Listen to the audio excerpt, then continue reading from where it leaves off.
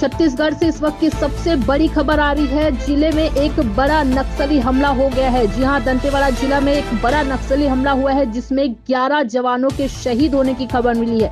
दंतेवाड़ा के अरनपुर में नक्सलियों ने बड़ा हमला किया है और जवानों की गाड़ी को उड़ा दिया है। बताया जा रहा है कि जवान वाहन से जा रहे थे तभी ये हमला हुआ है। वहीं जानकारी के मुताबिक जवान ऑपरेशन पर निकले हुए थे, इसी दौरान ये ब्लास्ट हुआ है। अरनपुर के पालनार क्षेत्र में ये ब्लास्ट की खबर मिली है। मौके पर 2 एम्बुलेंस को रवाना किए जाने की खबर है। पुलिस की टीम भी मौके पर मौजूद है।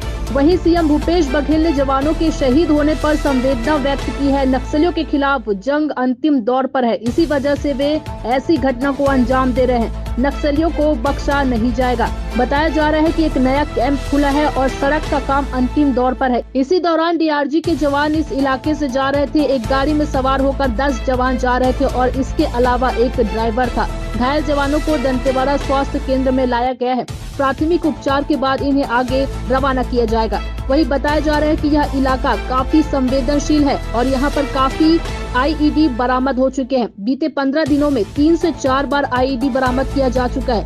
नक्सलियों ने बड़ी घटना को अंजाम देने के लिए आईईडी लगाया था, जिसके बाद वापस आते समय ये बड़ी घटना हुई है। ये छत्तीसगढ़ की सबसे बड़ी खबर है, जहां नक्सलियों ने जवानों से भरी गाड़ी को उड़ाया है। 11 जवान शहीद हुए हैं।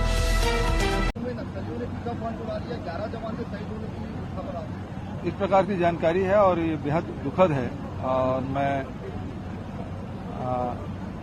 जो हमारे जो जवान शहीद हुए हैं उसके परिवार के प्रति संवेदना व्यक्त करता हूं। लेकिन जो ये लड़ाई है वो अंतिम दौर पे चल रहा है और नक्सलियों को किसी सूरत में छोड़ा नहीं जाएगा और निश्चित रूप से उस योजनाबद्ध ढंग से बना के ये नक्सलवाद को ही समाप्त करेंगे। कर्नाटक में रैली के दौरान